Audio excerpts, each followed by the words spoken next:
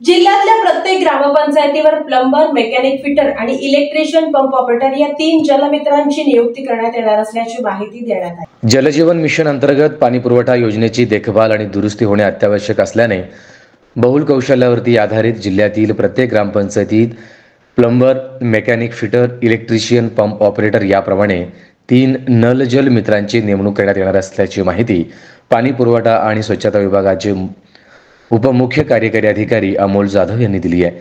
दरम्यान जलजीवन मिशन अंतर्गत जिल्ह्यात ग्रामीण भागातील सर्व कुटुंबांना कार्यान्वित घरगुती नळ जोडणीद्वारे प्रति माणसी प्रति दिन 55 लिटर विहित गुणवत्तेसह आणि दैनंदिन स्वरूपात पाणी उपलब्ध करून देण्याचे उद्दिष्ट ठेवण्यात आले आहे।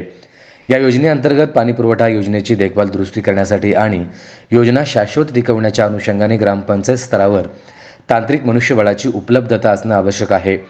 ग्रामसेवकांनी प्रत्येक ट्रेडसाठी 3 उमेदवार सहभागी करून एकूण 9 जल मित्रांची गुणवत्ता यादी अनुक्रमे विहित नमुन्यातील पत्राद्वारे तयार करायची आहे। त्यांचे फोटो आणि आधार कार्ड पंचायत समिती येथे सादर करायचे आहे। त्यानंतर त्यांची प्री स्क्रीनिंग टेस्ट झाल्यानंतर यामधून प्रति ग्रामपंचायत कौशल्य संचासाठी 1 ट्रेडसाठी 1 उमेदवार प्रमाणे अंतिम 9 पैकी 3 उमेदवार निवडण्यात येणार आहेत।